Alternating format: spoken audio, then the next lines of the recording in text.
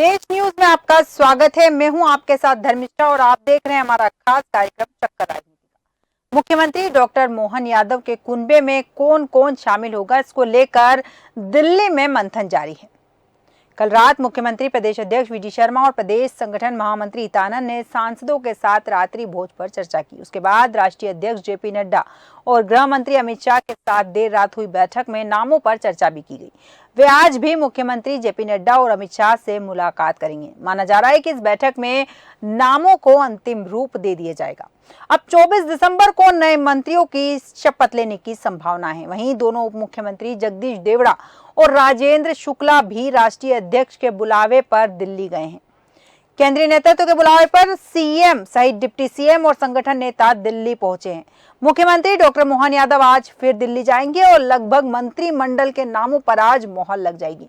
इस विषय पर विस्तार चर्चा के लिए हमारे साथ मेहमान जुड़ चुके हैं। दुर्गेश केसवानी जी हमारे साथ जुड़ चुके हैं, भाजपा से नीलाभ शुक्ला जी हमारे साथ जुड़े हैं, कांग्रेस से अभिषेक शर्मा हमारे साथ है, राजनीतिक विश्लेषक। आप तीनों मेहमानों का देश न्यूज में बहुत बहुत स्वागत है। सबसे पहले दुर्गेश जी आपके पास आऊंगी। जैसा कि मुख्यमंत्री डॉक्टर मोहन यादव के मंत्रिमंडल पर चर्चा हो रही है, क्या लगता है मंत्रिमंडल में कुछ चौंकाने वाले नाम होंगे? जैसे कि भारतीय जनता पार्टी ने अपनी सूची में नामों से चौंकाया था, उसी तरह भारतीय जनता पार्टी क्या मंत्रिमंडल की सूची में भी चौंकाने वाली है? शायद दुर्गेश जी से हमारा संपर्क टूट गया है। नीलाभ जी आपके पास आऊंगी। जैसा कि भारतीय जनता पार्टी मंत्रिमंडल विस्तार में काफी समय लगा रही है, क्या लगता है सोची समझी रणनीति के साथ आगे बढ़ रही है या फिर आपसी गुटबाजी सामने आ रही है जिस वजह से दिक्कत हो रही है अभी तक नाम कंप्लीट करने में? देखिए क्या है, भारतीय जनता पार्टी में आंतरिक लोकतंत्र खत्म हो चुका है। देश के लोकतंत्र खत्म करते करते पार्टी का लोकतंत्र भी समाप्त किया जा चुका है। जिन विधायकों को जनता ने चुनकर पहुंचाया था, न तो उनसे सलाह दी जाती, न उनसे राय शुमारी की जाती है कि उन्हें उनका दल का नेता कौन होगा। मुख्यमंत्री तय करते हैं, अमित शाह जी और मोदी जी। अब मंत्रिमंडल में मुझे लगता नहीं किसी की राय ली जाएगी या किसी सलाह मशवरा ली जाएगी। यहाँ तक कि पूर्व मुख्यमंत्री शिवराज जी को भी हाशिए पर ढकेल दिया, उन्हें दक्षिण किसी राज्यों की यात्रा का प्रभारी बनाकर पहुंचा दिया गया। किसी से राय की शुमारी की आवश्यकता नहीं पड़ेगी। वही मोदी जी और शाह जी की कंपनी जो नाम तय करेंगे वही नाम होंगे। और ये भला ही अब क्या होता है, भाजपा के नेताओं की मजबूरी है, ये से अनुशासन का नाम देते हैं। अब अपने इस हिटलरशाही को अनुशासन का नाम देते हैं, खूबसूरत नाम दे दिया जाता है, उसको पार्टी के आदेश का नाम देते हैं। असल में हिटलरशाही है। दो लोही कंपनी अपने हिसाब से तय करती किसे मंत्री बनाना है किसे नहीं। फिर भी देखा यार, नई सरकार में कई नए नवेले विधायक भी आए, राष्ट्रीय स्तर के नेता है जिन्हें चुनाव लड़वाया गया। और वो विधायक बनने के लिए तो आए नहीं थे, वो तो आए थे मुख्यमंत्री बनने के लिए। मुख्यमंत्री नया चेहरा तय हो गया है। अब उनमें भी कवायद है मंत्री बनने की। कुछ पूर्व मंत्री थे, वो भी जीत कर आए, वो भी मंत्री पद की रेस में शामिल है। सिंधिया गुट के लोग भी मंत्री पद की रेस में शामिल है। तो अंदरूनी खींचतान से नकारा नहीं किया जा सकता। अंदरूनी खींचतान तो भारतीय जनता पार्टी चली रही है, लेकिन फिर भी तय वही होगा जो दो लोग चाहेंगे। बिल्कुल आंतरिक लोकतंत्र नहीं है। बिल्कुल आप ही के सवाल के साथ दुर्गेश केसवानी जी आपके पास आऊंगी। जैसा कि कांग्रेस प्रवक्ता का कहना है कि दो ही लोग तय करेंगे कि मंत्रिमंडल में कौन है, और अंतर कलह के कारण अभी तक मंत्रिमंडल तय नहीं हो पाया है। मंत्रिमंडल का विस्तार, कैबिनेट का विस्तार माननीय मुख्यमंत्री जी तय करते हैं, वो उनका विशेष अधिकार है। उनके अधिकारों में कांग्रेस तो पहले हस्तक्षेप करने का काम कर क्यों रही है? सबसे पहले तो प्रश्न ये है। और कांग्रेस तय करेगी क्या क्या करना है क्या नहीं करना है? नहीं, जनता ने हमें जनमत दिया है, मैंडेट दिया है। प्रदेश की जनता ने जो जनमत दिया है, जो मैंडेट दिया है, वो हमारे संकल्प पत्र को लेकर, और जो हमारा कैंपेन था मोदी एमपी के मन में मोदी और मोदी जी के मन में एमपी, उस कैंपेन को लेकर माननीय मोदी जी की गारंटी प्रदेश की जनता ने हमको जनमत दिया है। हम जो अपना संकल्प पत्र है उसको पूरा करने का काम करेंगे। हम कांग्रेस की तरह नहीं है कि वचन देकर भी मुकर जाएं, वचनों से भी देकर भी हम जनता से दूर हो जाएं। झूठ बोलना, छल करना, कपट करना, धोखा करना, ये कांग्रेस का मूल चरित्र है। रही बात मंत्रिमंडल का, वो हमारा जो सामूहिकता के साथ हम लोग, हमारा जो शीर्ष नेतृत्व है, प्रदेश नेतृत्व है, वो सब माननीय मुख्यमंत्री के साथ बैठ के जिस कार्यकर्ता को जो दायित्व देना है। अब ये हमारे कांग्रेस के प्रवक्ता बता रहे थे कि रेस में लगे हुए हैं। कोई रेस में, कौन सी काय की रेस चल रही है? ये कहीं कोई रेस नहीं चल रही है। ये सिर्फ और सिर्फ हमारा जो नेतृत्व है जब बैठेगा उसको कर लेगा, उसमें क्या। बाकी हम अपने कामों की ओर अग्रसर हो गए, जो प्रदेश को टॉप 3 प्रदेशों में लेके आने का काम है वो हम करेंगे जी। प्रदेश को टॉप 3 प्रदेशों में लाने का काम करेंगे। और भारतीय जनता पार्टी, दुर्गेश जी एक चीज और जानना चाहूंगी आपसे कि जिस तरह से भारतीय जनता पार्टी ने अपनी पहली सूची के नामों से या फिर सीएम के नाम को लेकर भी चौंकाया था, उसी तरह क्या मंत्रिमंडल के चेहरों को लेकर भी भारतीय जनता पार्टी चौंकाने वाली है? देखिए, कहीं कोई चौंकाने वाली बात नहीं है। हम तो शुरू से कहते रहते जो हमारा कार्यकर्ता है वही मुख्यमंत्री बनेगा, और जो सामूहिकता से निर्णय होगा, सामूहिकता से निर्णय हुआ, माननीय मोहन यादव जी को मध्य प्रदेश का मुख्यमंत्री बनना है। अब पूरा संगठन हमारा चट्टान की तरह उनके साथ खड़ा है, और प्रदेश के जनहित के कार्य जो हमने अपने संकल्प पत्र में दिए उसको लेके आगे बढ़ेंगे। बिल्कुल बिल्कुल। अभिषेक जी आपके पास आऊंगी यहाँ पर, जैसे कि मंत्रिमंडल के विस्तार को लेकर लगातार चर्चा हो रही है और मंथन भी चल रहा है, लगातार बैठकों का दौर भी जारी है। कई बार कयास लगाए जा चुके हैं कि आज मंत्रिमंडल का चेहरे फाइनल हो चुके होंगे या फिर आज फाइनल हो जाएंगे। क्या कारण लगता है कि लगातार मंत्रिमंडल को लेकर सस्पेंस बरकरार दिख रहा है यहाँ पर? धर्मिष्ठा जी, देखिए सस्पेंस तो जब तक मंत्रिमंडल गठित नहीं होगा तब तक कयास लगते रहेंगे। जैसा कि हमारे भाजपा प्रवक्ता दुर्गेश केसरवार जी ने कहा कि ये संगठन तय करता है ना, और सभी कुछ सिस्टमेटिक है। देखिए, अगर आप आचार संहिता से अभी तक का अगर सिनेरियो देखें तो भारतीय जनता पार्टी ने सबसे पहले सूची रिवील करी, जारी करी। उसके बाद जो है कांग्रेस बहुत देर में ही जो है अपनी सूची जारी करने में सक्षम हो पाई जी। और अगर आप देखें तो सीएम जो है वो सबसे पहले, जब इलेक्शन सब कुछ हो गए तो छत्तीसगढ़ में ही सीएम सबसे पहले घोषित हुए, बिल्कुल, है ना। और उसके बाद क्राइटेरिया है, तो अब देखिए छत्तीसगढ़ के बाद अब ऑब्वियसली अब नंबर है मध्य प्रदेश का, और मध्य प्रदेश में जहां तक अनुमान है कि आज या कल में जो है मंत्रिमंडल गठन की सूचना हमको मिल जाएगी, क्योंकि लगातार जिस प्रकार से डॉक्टर मोहन यादव के दौरे दिल्ली में हो रहे हैं, डिप्टी सीएम के दौरे हो रहे हैं, तो वो निरंतर इसी पे है कि इसी पर मंथन जारी है कि मंत्रिमंडल में किन चेहरों को लिया जाए और किन को छोड़ दिया जाए। परंतु ये दो चीज़ें जरूर स्पष्ट हैं कि अगर हम छत्तीसगढ़ के पैटर्न को देखें तो जिस प्रकार वहाँ पर 11 संसदीय क्षेत्रों से एक एक चेहरे को लिया गया, इसी प्रकार कुछ ना कुछ मध्य प्रदेश में भी होगा। और चौंकाने नाम तो ऐसा कुछ नहीं है। देखिए, हर बार चाहे वो हम पहले भी देखें तो पहले भी जो है वो कुछ ना कुछ नए चेहरों को मंत्रिमंडल में जगह मिलती है, पुराने लोगों को विराम दिया जाता है, तो ये तो निरंतर प्रक्रिया है। तो ऐसा हम बहुत ज़्यादा नहीं बोलेंगे कुछ चौंकाने वाले नाम आएंगे या कुछ। हाँ, विभागों का बंटवारा किस हिसाब से होगा ये एक देखने लायक होगा। बिल्कुल सही कहा कि विभागों का बंटवारा किस हिसाब से होगा ये देखने लायक बात होगी। नीलाभ शुक्ला जी आपके पास आऊंगी। जैसा कि दुर्गेश जी ने कहा कि भारतीय जनता पार्टी सारे वादे पूरे करेगी, वो कांग्रेस की तरह मुकरने का काम नहीं करती है। देखिए, हम तो इनके वादे 18 सालों से देख रहे हैं। इनके वादों की जो वादों की झड़ी लगा के जाते, तो उन मामा जी को इन्होंने विदाई कर दी, तो उनके वादों का क्या? जिन्होंने बड़ी बड़ी घोषणाएं की थी, लाडली बहना की घोषणा, 450 में सिलेंडर देंगे, तमाम घोषणा जो मामा जी लगातार बिना रुके घोषणाओं की झड़ी लगा रहे थे, उन मामा जी का चेहरा ही परिदृश्य से इन्होंने हटा दिया। तो उन घोषणाओं का क्या? ये बड़ा सवाल है। फिर भी हम उम्मीद करते हैं कि नया जो मंत्री, देखिए हम तो सकारात्मक विपक्ष की भूमिका अदा करेंगे। हम उम्मीद करते हैं कि जो पिछले 18 सालों में हुआ वो अब न हो। अब कम से कम जो मंत्री बने वो 50% कमीशन वाले न हो। अब सरकार भ्रष्टाचार कम हो, घोटाले न हो।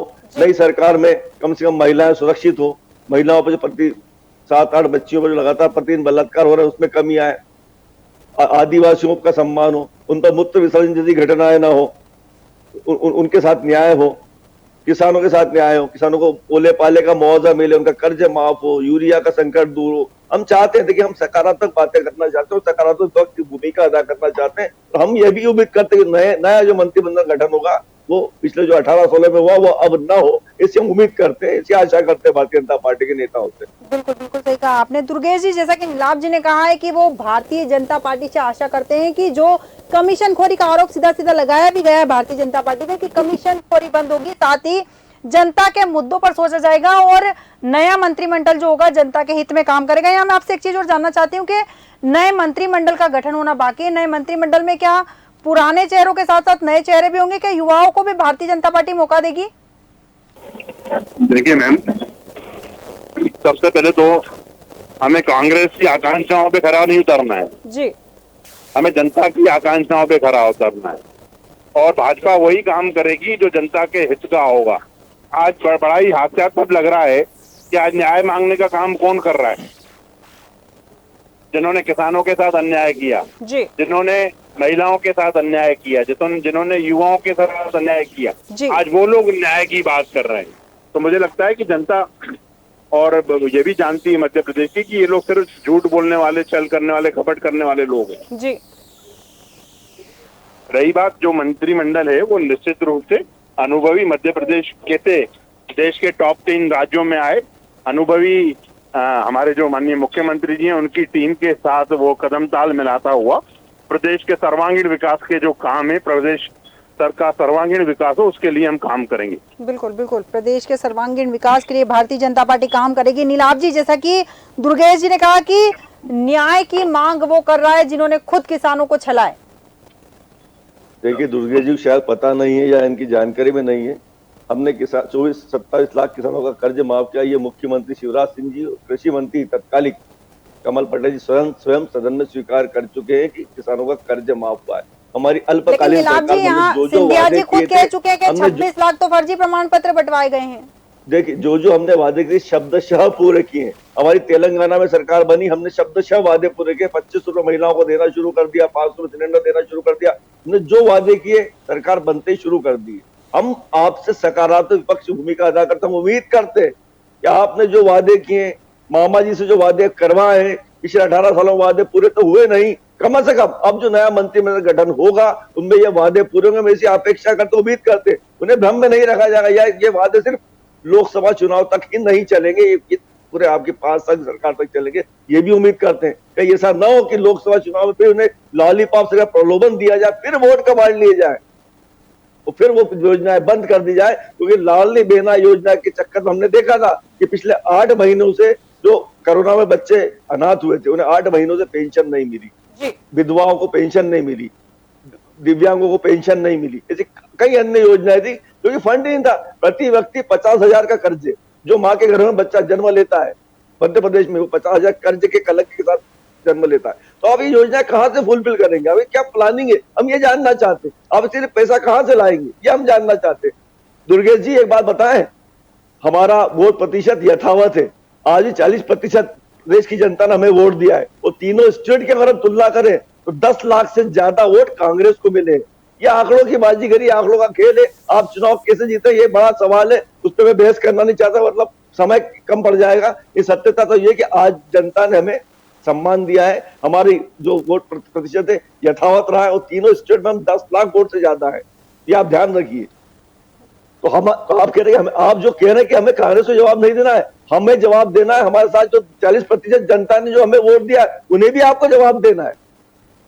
आपकी जवाब नहीं है दुर्गेश जी, हम विपक्ष है नहीं, 40% मतों के साथ बैठे हुए। देखिए तो आपको जवाब देना ही पड़ेगा। आप विपक्ष की बात से पल्ला नहीं झाड़ सकते। बोलने का काम कर रहे हैं। किसानों को डिफॉल्टर किसने किया? कांग्रेस ने। किसानों को धोखा किसने दिया? शिवराज जी स्वयं स्वीकार कर चुके हैं, कृषि मंत्री स्वयं स्वीकार कर चुके हैं सदन में बड़े डॉक्यूमेंट के साथ, किसानों का कर्ज माफ हुआ है। दुर्गेश कांग्रेस के प्रवक्ता है, अति ज्ञानी प्रवक्ता है, इनको अति ज्ञान है, इसलिए ये समझते हैं कि किसी को कुछ मालूम नहीं है। वरिष्ठ नेता है, इतनी जानकारी आपको होना चाहिए। ठीक है नीलाभ जी, दुर्गेश जी पहले इनको बुलवा दीजिए, नीलाभ जी को। ये बीच में डिस्टर्ब करने का काम करेंगे क्योंकि इनके पास कोई शब्द तो है नहीं इनके तर्कश में। ठीक है नीलाभ जी, मैं पुनः आपके पास भी आऊंगी, आपको भी पूरा समय मिलेगा अपनी बात बोलने का। दुर्गेश जी देखिए, किसानों के साथ अन्याय किसने किया? कांग्रेस ने। महिलाओं के साथ अन्याय किसने किया? कांग्रेस ने। ढोल बजाने युवाओं के साथ किसने अन्याय किया? कांग्रेस ने। कांग्रेस को जनता नकार चुकी है। भले ये 40% वोट पे अपने यथावत होंगे, पर जनता ने इनको घर बिठाने का काम किया है। ये 3 डिजिट में थे, 2 डिजिट में आ गए और आने वाले समय में आप देखेंगे कि ये डबल डिजिट में आने के लिए भी लाले पड़ जाएंगे। जिस तरह से झूठ बोलने का काम करती है कांग्रेस, जिस तरह से छल करने का काम करती है, जनता भली बात जान चुकी है। अब यह अगर अच्छे विपक्ष की भूमिका निभाएं तो जनता का हित होगा, वरना ये आपसी लड़ाई में ही पूरे रहते हैं। अभी भी आप देखिएगा, आने वाले समय में लड़ाई देखिएगा। बिल्कुल बिल्कुल। नीलाभ जी आपके पास आऊंगी। जैसा कि दुर्गेश जी ने कहा, आपसी लड़ाई के कारण लोकसभा तक आते आते कांग्रेस एक डिजिट में सिमट जाएगी। देखिए दुर्गेश जी, काट की हांडी बार बार नहीं चढ़ती है। हमारी पार्टी की खूबसूरती है वरिष्ठों का मार्गदर्शन और युवाओं का जोश। देखिए हम जो हुआ, मैंने कहा तीनों स्टेट में हमें 10 लाख वोट ज्यादा मिले। हम नई ऊर्जा के साथ, नई प्लानिंग के साथ फिर जनता के बीच जाएंगे, जनता का आशीर्वाद हमें भरपूर मिलेगा। आप तो मंत्रिमंडल की बात करवाइए, जिस विषय पर हम यहाँ बहस करने बैठे, इधर उधर की बात न करके विषय को ना भटकाए। अभी तक मंत्रिमंडल गठन क्यों नहीं हुआ? हम भी विपक्ष, हमारा भी दायित्व है, हम भी पूछेंगे आपसे, क्यों नहीं पूछेंगे? आप ये कहकर नकार नहीं सकते कि हमारा आंतरिक मामला है। अब आप सरकार में आ चुके, आप नागरिक भी जानना चाहता है, विपक्ष भी जानना चाहता है कि मंत्रिमंडल गठन क्यों नहीं हो रहा है और क्यों नहीं विधायकों के साथ रायशुमारी की जाती है, चुनकर जनता पहुंचाती है, उसकी रायशुमारी उनकी ली नहीं जाती है। तो आपका जो थोपे जाते हैं, पैराशूट एंट्री होती, वो कब होगी? जिस विषय पर हम यहां बहस करने बैठे। लेकिन फिर भी मैंने आपसे कहा, हम उम्मीद करते हैं कि जो मंत्रिमंडल गठन होगा तो प्रदेश के हित के लिए काम करेगा। जो पिछले 18 सालों में वो हुआ वो अब ना हो। ठीक है नीलाभ जी, आप ही के सवाल के साथ जाऊंगी दुर्गेश जी के पास। उसके पहले अभिषेक जी आपके पास आऊंगी। नए और पुराने चेहरे दोनों के कयास लगाए जा रहे हैं मंत्रिमंडल में, क्योंकि भारतीय जनता पार्टी चाहती कि युवाओं की ऊर्जा भी हो और जो वरिष्ठ हैं, जो नेता वरिष्ठ हो चुके हैं, उन वरिष्ठ नेताओं का जो कहते हैं एक्सपीरियंस भी काम आए। धर्मिष्ठा जी, ये तो बिल्कुल भारतीय जनता पार्टी लगातार करती आ रही है। अगर उनके पैटर्न को देखें तो तीनों स्टेट में नए चेहरे सीएम बने। मंत्रिमंडल में इसके पहले भी अगर हम देखें तो मंत्रिमंडल जो भाजपा का पहले भी बना था, तो उसमें भी कई युवा चेहरों को लिया गया था। और युवा चेहरे ऑब्वियसली इस बार जरूर शिरकत करेंगे मंत्रिमंडल में, ऐसा आशंका व्यक्त की जा रही है, क्योंकि कहीं ना कहीं उसका फायदा जो है नई युवाओं को मिलता है। हमारे डॉक्टर मोहन यादव जो अभी बने हैं, वो भी एक युवा मंत्रिमंडल के ही नेता हैं। तो जो है युवाओं से एक ऊर्जा तो मिलती है। देखिए कहीं ना कहीं कांग्रेस ने भी उसको किया। अभी अध्यक्ष जो बने हैं वो जीतू पटवारी बने हैं, तो उन्होंने भी एक जो है वो पैटर्न अपनाया कि कहीं ना कहीं एक युवा चेहरा जो है वो मिले, जिससे कि ऊर्जावान चीज़ों को सहयोग मिले। और वोट बैंक पर अभी नीलाभ जी ने एक शब्द कहा कि वोट बैंक उनका स्थायी है। देखिए बहुत अच्छी बात है, क्योंकि 47 पॉइंट के आसपास जो है वो भाजपा को भी वोट मिला है इस बार चुनाव में। परंतु अगर आप देखें तो 8 वोट का जो बैंक का जो मार्जिन है, वो कैसे कांग्रेस करेगी, ये उनके लिए भी चिंता का विषय होना चाहिए, क्योंकि 2 या 3 महीने बाद ही जो है लोकसभा के चुनाव होने हैं और अब आपके अध्यक्ष भी चेंज हो गए हैं। तो किस तरीके से ऊर्जा को फिर से जो है वो एकत्रित करके एक नई टीम बनाते हैं, या जो पुरानी टीम है उसी से काम करवाते हैं, किस तरह जनता के बीच में जाएंगे, ये एक बड़ा विषय कांग्रेस के लिए है। रहा मंत्रिमंडल का विषय, तो देखिए भाजपा थोड़ी लेट जरूर है, परंतु छत्तीसगढ़ में जिस प्रकार मंत्रिमंडल का गठन हो गया है और छत्तीसगढ़ के सीएम डिप्टी सीएम भी आज प्रधानमंत्री जी से और अमित शाह से मुलाकात की है। इसका मतलब वहां अब जो है मंत्रिमंडल गठन के बाद विभागों का बंटवारे पर चर्चा होना शुरू हो गई है। और अभी हमारे यहाँ से डॉक्टर मोहन यादव भी इंदौर में उनके कार्यक्रम हैं, उसके बाद वो डायरेक्ट वहां से दिल्ली जाएंगे। तो लगातार जो है इस पर भी विषय है कि मंत्रिमंडल का कुछ ना कुछ तो किसको सेट करना है, किसको हटाना है, किन नए चेहरों को लेना, इस पर मंथन गहरा मंथन चल रहा है। और इसलिए उनके बार बार जो है दौरे हो भी रहे हैं। बिल्कुल। तो आशंका व्यक्त की जा रही थी, हो सकता है कि अटल बिहारी वाजपेयी जी की जन्मदिन पर हो जाए, या कुछ ऐसे कुछ डेट निकल जाए कि 1-2 दिन में जो है मंत्रिमंडल मध्य प्रदेश का विस्तार हो जाए, क्योंकि जनता तो चाह रही है। नीलाभ जी का कहना भी सही है कि मंत्रिमंडल भाजपा को जल्द से जल्द कर देना चाहिए, क्योंकि अब ये जनता का भी विषय, जनता को भी एक उत्सुकता और सभी लोगों में एक उत्सुकता है कि मंत्रिमंडल में कौन से चेहरे आएंगे। बिल्कुल, मतलब साफ है कि मंथन जारी है। मंथन बड़ी गहरी रणनीति के साथ हो रहा है कि किन चेहरों को मंत्रिमंडल में शामिल किया जाए। दुर्गेश जी, जैसा कि नीलाभ जी ने कहा कि विधायकों के साथ रायशुमारी किए बिना पैराशूट लैंडिंग वाले नेताओं को थोप दिया जाता है, उसी तरह मंत्रिमंडल में भी होने वाला है क्या? और क्या मंत्रिमंडल जो तय किया जाएगा वो 2024 का लोकसभा चुनाव जितवाने में भी काम करेगा कि मदद करेगा? क्या उसकी भी रणनीति साधने में मदद करेगा? देखिए धर्मिष्ठा जी, चुनाव जो 24 में होने हैं, जनता के अगर आप दुख में, दर्द में, तकलीफ में, कष्ट में आप खड़े रहते हो तो जनता उसको आशीर्वाद देने का काम करती है। बिल्कुल।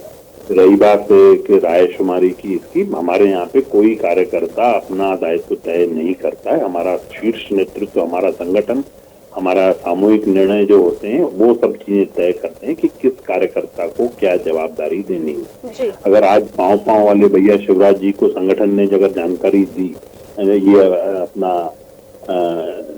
जिम्मेदारी दी, तो वो उसका कारण ये है कि वो हमारे संगठन ने तय किया, हमारे नेतृत्व ने तय किया। रही बात आप खुद अपना दायित्व तय नहीं करते हैं, वो कांग्रेस में होता है कि मांगने की बात होती है, रेस में होते हैं, रेस बाहर हो जाते हैं, रेस से कभी रेस में शामिल होने का काम करते हैं, ये कभी पैराशूट लैंडिंग, जो उनके जो शब्द हैं वो सब चीजें कांग्रेस की शब्दावली है। ये शब्दावली हमारे यहाँ कहीं नहीं है। हमारा संगठन हमारे लिए सर्वोपरि है, संगठन हमारी माँ है। जैसा किसी कार्यकर्ता को, प्रत्येक कार्यकर्ता को दिशा निर्देशित करेगा, वो कार्यकर्ता काम करता है। आज अगर कोई कार्यकर्ता बूथ पे बैठा है तो ये हमारे संगठन ने तय किया है। अगर मैं आज पार्टी की रीति नीति आपके समक्ष रख रहा हूँ तो ये हमारे संगठन ने तय किया है। और अगर माननीय प्रधानमंत्री जी पीएम की भूमिका में निभा रहे हैं तो ये संगठन ने तय किया है। अगर मोहन यादव जी सीएम है तो ये हमारे संगठन की तय किया हुआ। तो हमारा संगठन प्रत्येक कार्यकर्ता को दायित्व देने का काम करता है। ये विचलित बिल्कुल भी नहीं हो, ये बिल्कुल भी न तिलमिलाएं न बिलमिलाएं। बहुत जल्द इस चीज को मंथन चल रहा है। अच्छे से अच्छा मंत्रिमंडल, जो माननीय मोदी जी की मंशा के अनुरूप मंत्रिमंडल होगा, जो प्रदेश को टॉप 3 प्रदेशों में लेके आने का उसके हम काम करेंगे। और हम तो शुरू से ही बोल के आए कि एमपी के मन में मोदी और मोदी जी के मन में एमपी। जी बिल्कुल बिल्कुल सही कहा आपने कि मोदी जी के मन में एमपी और एमपी के मन में मोदी। नीलाभ जी, देखिए, मेरी बात पर दुर्गेश केसवानी ने मोहर लगा दी। इन्होंने कहा मंत्रिमंडल मोदी जी की मंशा के अनुरूप होगा। मैं शुरू से यही तो बात कह रहा हूँ। उनके कान भी खराब हो चुके हैं धर्मिष्ठा जी, उनके कान भी खराब हो चुके हैं। मैंने कहा मोदी जी के मंशा अनुरूप प्रदेश जो 3 टॉप 3 में होगा, उसको लेकर ये विचलित हो रहे, सीधी ये बातों को तोड़ मोड़ के बात करने का काम कर रहे हैं। मेरे शब्दों को आप फिर से सुनवाइए इनको, इनके कानों को वो सुनवाइए जो मैंने कहा। वही डिसाइड करती कौन मुख्यमंत्री होगा, कौन मंत्री होगा, कौन नीलाभ जी, दुर्गेश जी ने कहा कि अनुरूप होगा। खत्म हो चुका है। देश के लोकतंत्र की हत्या करते करते आपकी पार्टी का लोकतंत्र समाप्त कर दिया गया है। 2 लोगों के बीच पूरी पार्टी को चला रही है। ये मान के चलिए वो पार्टी एक कंपनी में तब्दील हो चुकी है। क्या आप स्वयं स्वीकार कर चुके हैं मोदी जी के मन में जो होगा वही मंत्रिमंडल में होगा? नीलाभ जी, अनुरूप होगा ये कहा है। बात तो वही होती है ना। आप बात को कितने भी सुंदर शब्दों में कहें, मोदी जी के मन के अनुरूप जो होगा वही मंत्रिमंडल में होगा। हम तो कहते हैं कि हमारे जब चयन होता है, हमारे जब चयन होता है तो नीलाभ जी एक बार नीलाभ जी, दुर्गेश जी की एक बात सुन लीजिए। नीलाभ जी, नीलाभ जी पुनः आऊंगी आपके पास, एक बार बात सुन लीजिए। देखिए, मैंने ये कहा कि माननीय मोदी जी की मंशा के अनुरूप मध्य प्रदेश टॉप 3 राज्यों में आए, उसके लिए पूरा मंत्रिमंडल काम करेगा, पूरा संगठन, भाजपा का एक एक कार्यकर्ता काम करेगा। क्योंकि मोदी जी की मंशा है कि मध्य प्रदेश टॉप 3 राज्यों में हो। जब टॉप 3 राज्यों में लेके आएंगे तो पूरी टीम मिलकर हम हर मोर्चे पर विकास का काम करेंगे, जन आकांक्षाओं पे खरे उतरने का काम करेंगे। इसलिए मैंने आपको कहा कि मोदी जी की मंशा के अनुरूप। अब फिर से आप बोलिए अब अपने पास। बिल्कुल बिल्कुल बिल्कुल नीलाभ जी, सुन लिया आपने।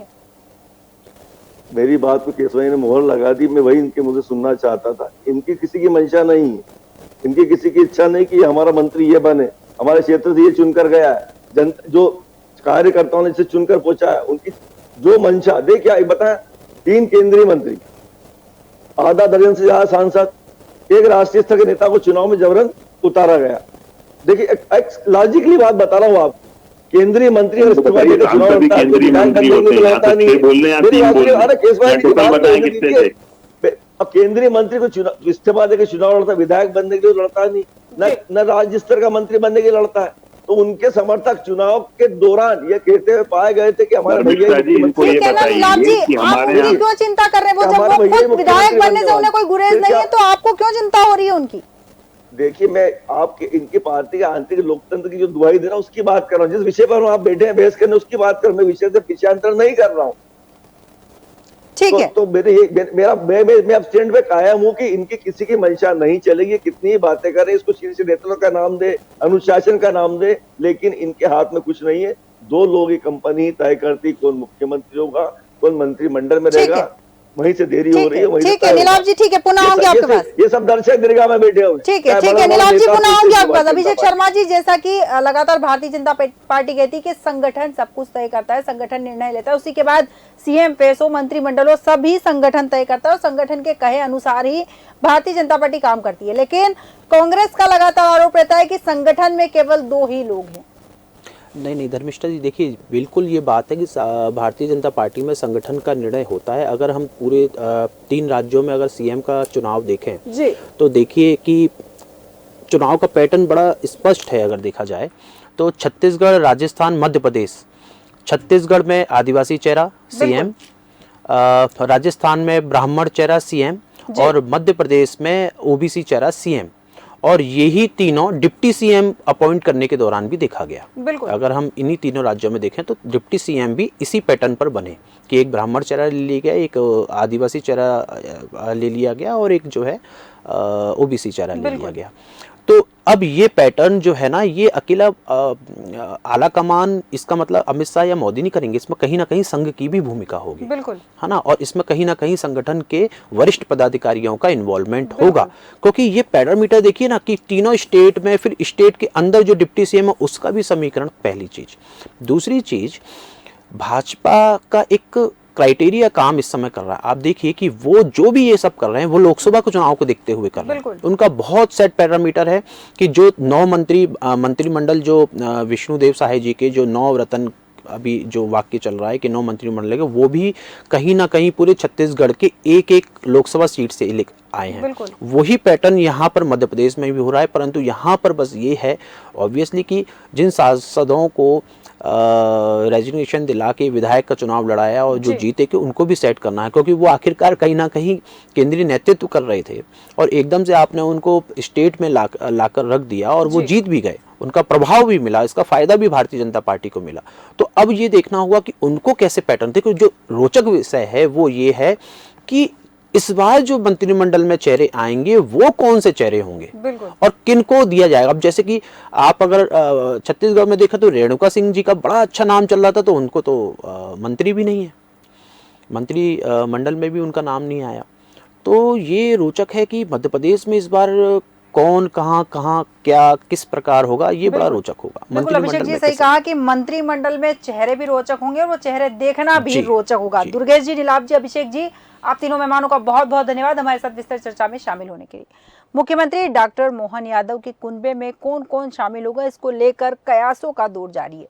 हालांकि मंथन चल रहा है और मंथन के बाद जो नाम निकल के आएंगे, लगता है वो भी पिछली तरह भारतीय जनता पार्टी ने जिस तरह पहले चौंकाया था पुनः चौंकाएगी उन नामों के साथ में। और मंत्रिमंडल का इंतजार सभी कर रहा है, देखते हैं मंथन में से क्या निकल के आता है। हमारे आज के खास कार्यक्रम में फिलहाल इतना ही। बने रहिए देश न्यूज के साथ।